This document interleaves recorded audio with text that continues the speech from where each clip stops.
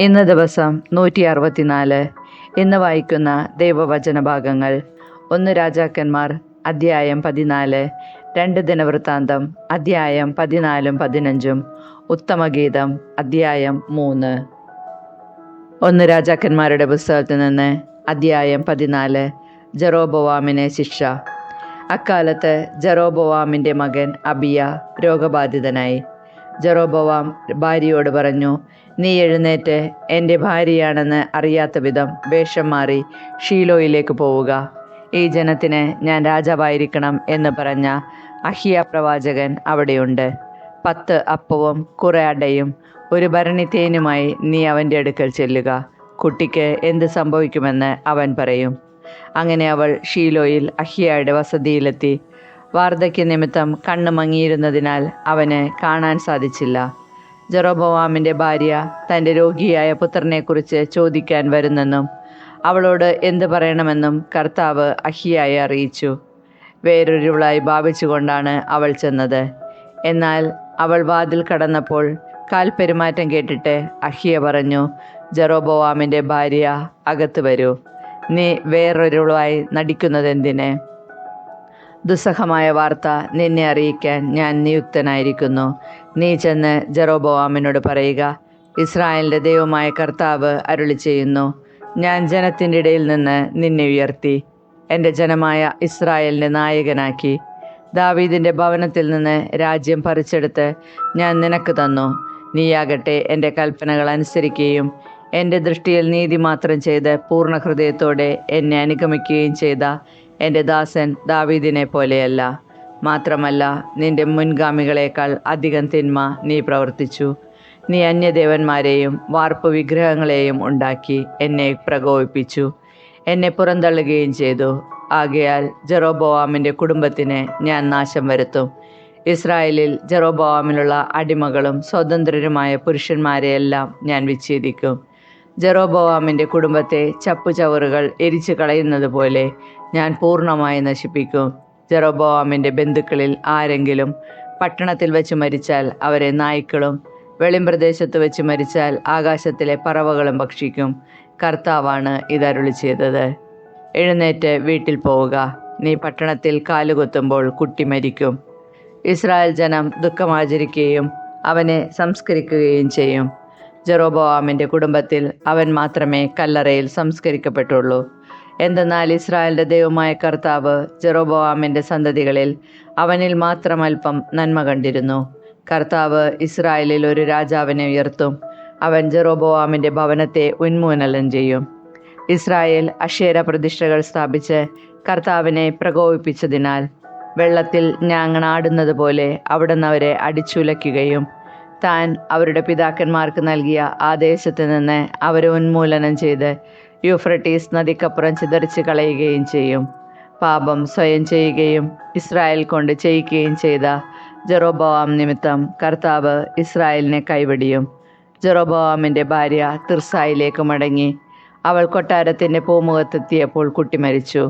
കർത്താവ് തൻ്റെ ദാസനായ അഹിയ പ്രവാചകനിലൂടെ അരുളി ചെയ്തതുപോലെ ഇസ്രായേൽ ജനം അവനെ സംസ്കരിച്ച് ദുഃഖമാചരിച്ചു. ജെറോബോവാമിൻ്റെ മരണം. ജെറോബോവാമിൻ്റെ യുദ്ധങ്ങളും ഭരണവും ഉൾപ്പെടെ മറ്റു വിവരങ്ങൾ ഇസ്രായേൽ രാജാക്കന്മാരുടെ ദിനവൃത്താന്തത്തിൽ രേഖപ്പെടുത്തിയിട്ടുണ്ട്. ജെറോബോവാം 22 വർഷം രാജ്യം ഭരിച്ചു. അവൻ പിതാക്കന്മാരോട് ചേർന്നു. മകൻ നാദാബ് രാജാവായി. സോളമൻ്റെ മകൻ റഹോബോവാമാണ് യൂദായിൽ വാണിരുന്നത്. ഭരണമേൽക്കുമ്പോൾ അവന് 41 വയസ്സായിരുന്നു. കർത്താവ് ഇസ്രായേൽ ഗോത്രങ്ങളിൽ നിന്ന് തനിക്കായി തിരഞ്ഞെടുത്ത ജെറുസലേം നഗരത്തിൽ അവൻ 17 വർഷം ഭരിച്ചു. അവൻ്റെ അമ്മ അമോന്യ സ്ത്രീയായ നാമ ആയിരുന്നു. യൂദ കർത്താവിൻ്റെ മുൻപിൽ തിന്മ പ്രവർത്തിച്ചു. അവർ പാപം ചെയ്ത് തങ്ങളുടെ പിതാക്കന്മാരെക്കാൾ കൂടുതൽ അവിടുത്തെ പ്രകോപിപ്പിച്ചു. അവർ പൂജാഗിരികളും സ്തംഭങ്ങളും ഉണ്ടാക്കി എല്ലാ കുന്നുകളുടെയും മുകളിൽ എല്ലാ വൃക്ഷങ്ങളുടെയും ചുവട്ടിലും അശേര പ്രതിഷ്ഠകൾ സ്ഥാപിക്കുകയും ചെയ്തു. ദേവപ്രീതിക്ക് വേണ്ടിയുള്ള ആൺവേശ്യ സമ്പ്രദായവും അവിടെ ഉണ്ടായിരുന്നു. കർത്താവ് ഇസ്രായേൽ ജനത്തിൻ്റെ മുൻപിൽ നിന്ന് ആട്ടിയകറ്റിയ ജനതകളുടെ എല്ലാ മ്ലേച്ഛതകളിലും അവർ മുഴുകി. റഹോബോവാമിൻ്റെ വാഴ്ചയുടെ 5-ാം വർഷം ഈജിപ്തിലെ രാജാവായ ഷീഷാക്ക് ജെറുസലേമിനെ ആക്രമിച്ചു. ദേവാലയത്തിലെയും കൊട്ടാരത്തിലെയും നിധികളും സോളമൻ നിർമ്മിച്ച സുവർണ പരിചകളും അവർ കവർന്നെടുത്തു. എല്ലാം അവൻ കൊണ്ടുപോയി. റഹോബോവാം അവയ്ക്ക് പകരം ഓട്ടുപരിചകൾ നിർമ്മിച്ച് കൊട്ടാരത്തിലെ കാവൽപ്പടത്തലവന്മാരെ ഏൽപ്പിച്ചു. രാജാവ് ദേവാലയം സന്ദർശിക്കുമ്പോഴെല്ലാം അകമ്പടിക്കാർ അവ സേവിക്കുകയും പിന്നീട് കാവൽപ്പുരയിലേക്ക് തിരികെ കൊണ്ടുപോവുകയും ചെയ്തു പോന്നു. റഹോബോവാം ചെയ്ത മറ്റു കാര്യങ്ങൾ യൂദ രാജാക്കന്മാരുടെ ദിനവൃത്താന്തത്തിൽ രേഖപ്പെടുത്തിയിട്ടുണ്ടല്ലോ. റഹോബോവാമും ജെറോബോവാമും നിരന്തരം പൊരുതിക്കൊണ്ടിരുന്നു. റഹോബോവാം മരിച്ച് തൻ്റെ പിതാക്കന്മാരുടെ കൂടെ ദാവീദിൻ്റെ നഗരത്തിൽ സംസ്കരിക്കപ്പെട്ടു. അമോന്യയായ നാമ ആയിരുന്നു അവൻ്റെ അമ്മ. അവൻ്റെ മകൻ അബിയാം ഭരണമേറ്റു. 2 ദിനവൃത്താന്ത പുസ്തകത്തിൽ നിന്ന് അധ്യായം 14. ആസ. അബിയ പിതാക്കന്മാരോട് ചേർന്നു ദാവീദിൻ്റെ നഗരത്തിൽ സംസ്കരിക്കപ്പെട്ടു. മകൻ ആസ രാജാവായി. ആസയുടെ കാലത്ത് 10 വർഷം ദേശത്ത് സമാധാനം നിലനിന്നു. ആസ ദൈവമായ കർത്താവിൻ്റെ ദൃഷ്ടിയിൽ നീതിയും നന്മയും പ്രവർത്തിച്ചു. അവൻ അന്യദേവന്മാരുടെ ബലിപീഠങ്ങളും പൂജാഗിരികളും നീക്കം ചെയ്തു. സ്തംഭങ്ങൾ ഇടിച്ചു തകർത്തു. അശേര പ്രതിഷ്ഠകൾ വെട്ടിവീഴ്ത്തി. യൂദാ നിവാസികളോട് തങ്ങളുടെ പിതാക്കന്മാരുടെ ദൈവമായ കർത്താവിനെ അന്വേഷിക്കുവാനും അവിടുത്തെ നിയമങ്ങളും പ്രമാണങ്ങളും അനുസരിക്കുവാനും കൽപ്പിച്ചു. കൂടാതെ യൂദാ നഗരങ്ങളിൽ നിന്ന് പൂജാഗിരികളും ബലിപീഠങ്ങളും നീക്കം ചെയ്തു. അവൻ്റെ കാലത്ത് രാജ്യത്ത് സമാധാനം നിലനിന്നു. രാജ്യത്ത് സമാധാനമുണ്ടായിരുന്നതിനാൽ യൂദായിലെ പല നഗരങ്ങളും അവൻ ബലവത്താക്കി. കർത്താവ് സ്വസ്ഥത നൽകിയതിനാൽ ആ കാലത്ത് യുദ്ധം വേണ്ടി വന്നില്ല. അവൻ യൂദാ നിവാസികളോട് പറഞ്ഞു, നമുക്ക് ഈ പട്ടണങ്ങൾ പുതുക്കി പണിയാം. അവയെ മതിലുകളും ഗോപുരങ്ങളും വാതിലുകളും ഓടാമ്പലുകളുകൊണ്ട് സുരക്ഷിതമാക്കാം. നാം നമ്മുടെ ദൈവമായ കർത്താവിനെ അന്വേഷിക്കുന്നതിനാൽ ദേശം ഇപ്പോഴും നമ്മുടെ അധീനതയിൽ തന്നെ. നാം വിളിച്ചപേക്ഷിച്ചു, അതിർത്തികളിലെല്ലാം അവിടുന്ന് സമാധാനം നൽകിയിരിക്കുന്നു. അങ്ങനെ അവർ എല്ലാം പണിത് ഭദ്രമാക്കി. ആസായ്ക്ക് യൂദായിൽ നിന്ന് കുന്തവും പരിചയും ധരിച്ച 3,00,000 പടയാളികളും ബെഞ്ചമിനിൽ നിന്ന് ചെറുപരിചയും വില്ലും ധരിച്ച 2,80,000 പേരുമുണ്ടായിരുന്നു. ഇവരെല്ലാം ധീരയോദ്ധാക്കളായിരുന്നു.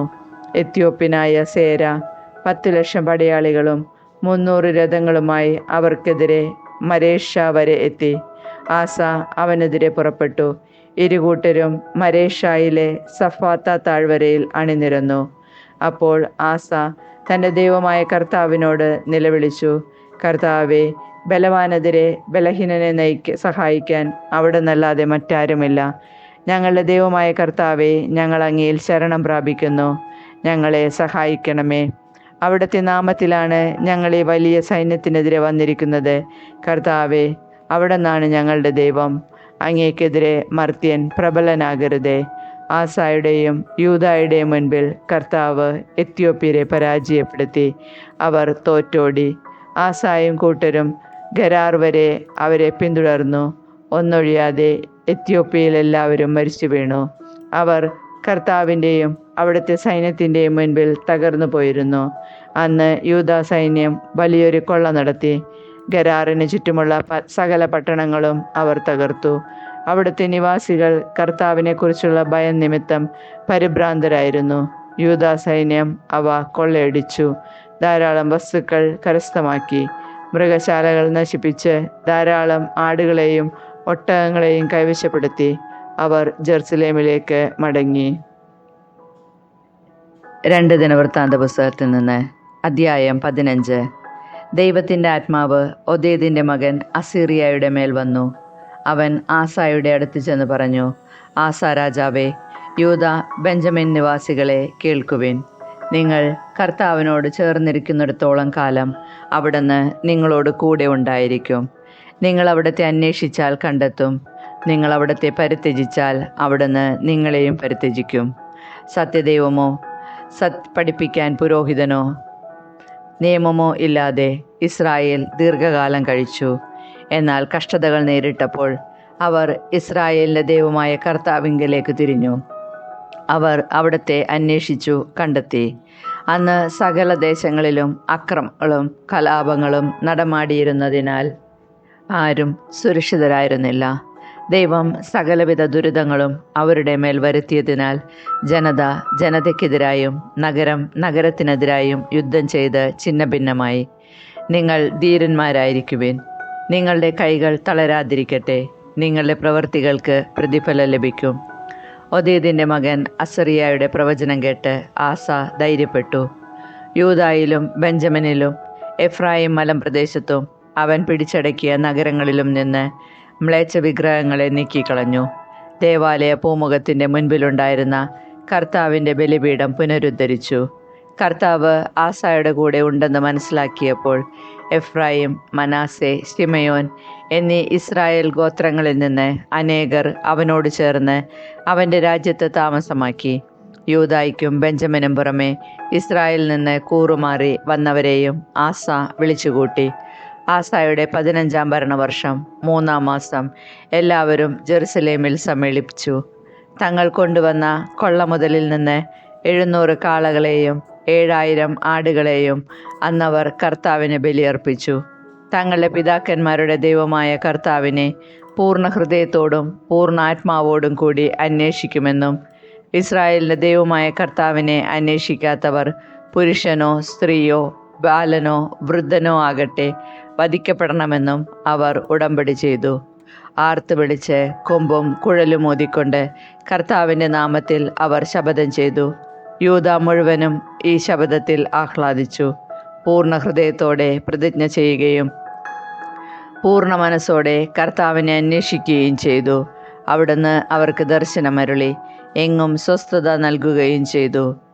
ആസാ രാജാവിൻ്റെ പിതാമഹി മാഖ അഷേര ദേവതയുടെ മ്ലേച്ഛ വിഗ്രഹമുണ്ടാക്കിയതിനാൽ അവളെ അമ്മറാണി സ്ഥാനത്ത് നിന്ന് മാറ്റി. ആസ ആ വിഗ്രഹം വെട്ടിമുറിച്ച് കഷ്ണങ്ങളാക്കി കിദ്രോൻ തോടിനരികെ വെച്ച് ചുട്ടുകളഞ്ഞു. പൂജാഗിരികൾ ഇസ്രായേലിൽ നിന്ന് നീക്കം ചെയ്തില്ലെങ്കിലും ജീവിതകാലം മുഴുവൻ ആസ ഹൃദയവിശുദ്ധി പാലിച്ചു.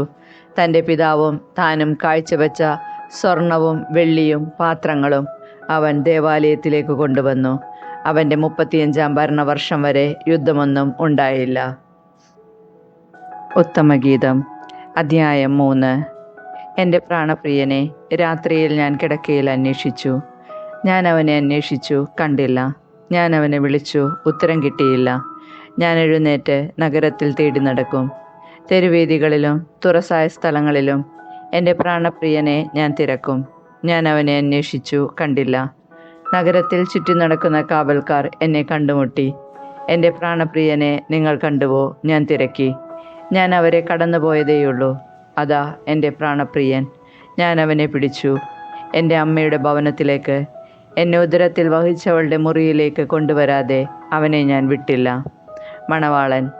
ജെറുസലേം പുത്രിമാരെ, പാടത്തെ ചെറുകലമാനുകളുടെയും പേടമാനുകളുടെയും പേരിൽ ഞാൻ കെഞ്ചുന്നു. സമയമാകുന്നതിന് മുൻപേ നിങ്ങൾ പ്രേമത്തെ തട്ടി ഉണർത്തുകയോ ഇളക്കിവിടുകയോ ചെയ്യരുതേ. മണവാട്ടി.